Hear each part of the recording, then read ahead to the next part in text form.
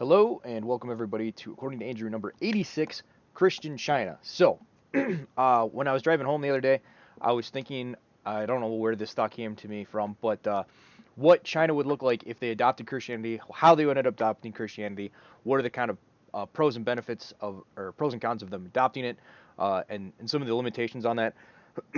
Before we kind of get into it, I want to make some caveats and notes and stuff like that, just to clarify kind of the perspective I'm coming at it, because it might seem kind of cold and calculated and stuff like that. But I'm just trying to look at it from a perspective that the Chinese would probably look at it from. So the note is, while I am Christian, I believe it is, and it is the true path. I'm looking at this from a purely political lens, being that China is fairly wary of Christianity. It is likely to look at it from this same lens. As such, uh, we must analyze the decision making matrix from their perspective as best as possible. I'm certainly no expert as to understanding Eastern modes of thinking, so some of my assumptions or characterizations might be incorrect, but I will do the best that I can with the understanding that I have. So that's, I don't usually do caveats like that, but there's a lot here that I kind of am going to end up uh, not glossing over, but um, different things that are going to happen. So I just wanted to kind of make that clear before we dived into it. All right. So, um, one problem that Chinese society has right now is a lack of religion, and I think Christianity could fill that void. Historically, China has not liked Christianity because it shifts the culture from a shame-based culture into a guilt-based one.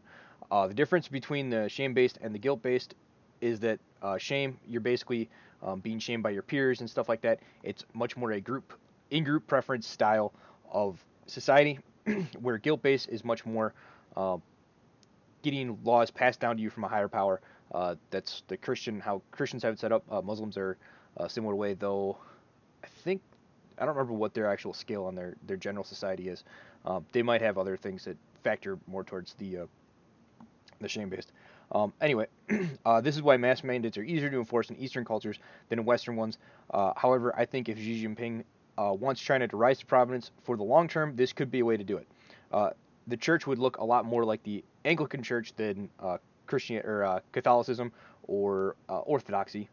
Though maybe Orthodoxy might be a good fit. I don't know enough about Orthodoxy to really speak on that, but I'm going to use the Anglican Church as the model. I don't see China accepting Christianity any other way, and Western churches are so corrupt nowadays that it seems the best move. This will allow them to shape the cultural aspects of Christianity to fit the Chinese culture, similar to how Catholicism was shaped by Roman culture. That means ancestor worship and the respect for family can be preserved or even enhanced through uh, these Christian traditions that are going to be introduced into the society and kind of fill a void or vacuum that's kind of like they have Confucianism and that kind of works, but it only hits a couple of the things. What if Alt Hess has this great definition of like what religion is? I should have pulled that up here first, but uh, there's basically four main aspects of a religion. You have your moral order, you have your community, you have what are the other two? I'm sorry, I can't remember the other two. I'll have to look it up before um, next time. Do where we are. Um, so they fit into this Catholic model. I actually see the Catholic tradition of saints being very similar and adaptable to the ancestor worship model. Uh, you know, you have these people that aren't. There's a lot of argument as to what the role of the saints are and if they're being considered idols and stuff like that. But setting all of that aside, I think that is a core tenet that a lot of the Romans, they kind of had an ancestor worship type thing as well. They always looked to the great men of the past, and you're always trying to live up to the expectations of your family and try to bring the family glory. At least the elite class was, and China historically has had a similar thing. Now, I think a lot of that might have been destroyed with the culture, Mao's Cultural Revolution and stuff like that. But this is a way to kind of bring some of that back and give it a new kind of structure to help the transition back. I don't know. I'm not exactly sure how some of this stuff would be perceived and accepted in uh, Chinese society, but I think it has a chance to work. The the potential problem is that this could threaten the state authority. This, but I find this only true to an extent. If the government is corrupt, then it threatens. then it is a threat. But Xi has stated that while the government is corrupt, China has been weak and has done well to root out that corruption. uh, so how does one prevent this corruption from seeping back in? Christianity has historically in the West been that bulwark. Even with how corrupt the current church institutions are in the West, uh, the amount of effort that was put in by the satanic forces and the mass apathy of the faithful, which debatable if you consider them faithful if they're apathetic towards the whole thing. But even with all of that, there's still some redeeming qualities about the churches and stuff like that and what they offer and what they can give you. Even though it's becoming harder and harder to justify a lot of this stuff. And even if the institutions themselves aren't worth preserving or saving or stuff like that, the Bible, the core tenets, the core teachings of the faith are worth saving and are worth preserving and have real value and merit to them. This could keep China's corruption in check and make it as prosperous as the West was. But to that point, one issue that they could have is that the church is being run by the state.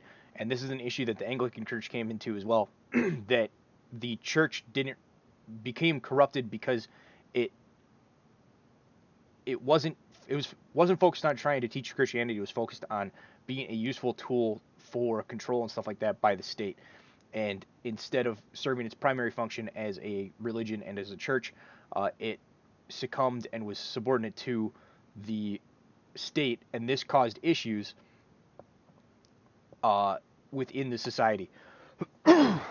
Now, I don't think the Chinese subjecting themselves to the awful state of the Catholic Church is necessarily any better, and I don't exactly know maybe what the best setup would be, but we'll see. And Orthodoxy's always been a kind of state-run religion to a certain extent as well, so maybe that's a better model as well. Again, I don't know their stuff very well, but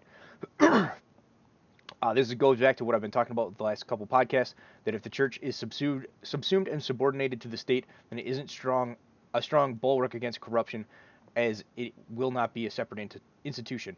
For all the flaws and corruptions of the Catholic Church in the Middle Ages, the fact that it wanted to stay relevant as a political organization meant that it had to keep corruption in check to a certain extent.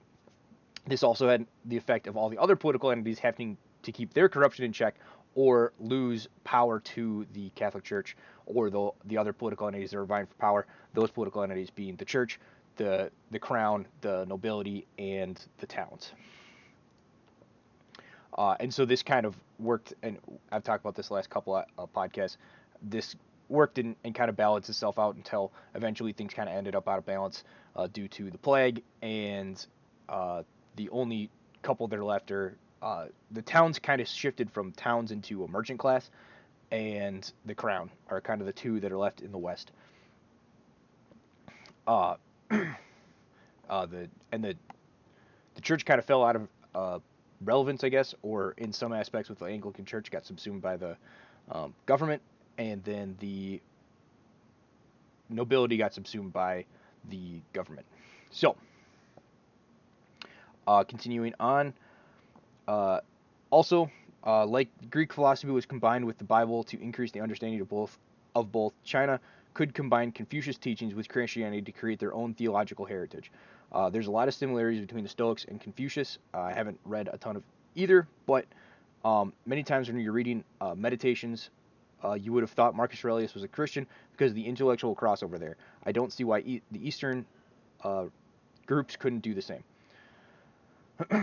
And then a couple other issues that are maybe barring China from taking on this characteristic and doing this thing. One is whether or not this sense of purpose would be more antagonistic, and I kind of touched on this, to the current regime, and it's supposed to keep corruption in check, but it could also create instability, and that's not what the ruling regime never wants instability. So that is, and it would probably, oh, I didn't even factor this in, it could create fractions within the elite, and a fractured elite is generally the thing that ends up toppling regimes overall, because if you don't have a unified elite, you can't resist popular uprisings and things like that. So there's some questions here, but there's a chance that the gamble is worth it. Again, there's more things that you need to be looked into and things like that, but uh, we'll kind of dive in here. So it's hard to say, and the ruling class are not going to take a risk uh, on whether or not they're going to be in power over a coin flip. That seems unnecessary. But let's look into this. Anything, people can. Oh, okay. So I don't even know what I was writing here. Um, so let's just look at the primary tenet that Christianity will give the Chinese people, which is hope.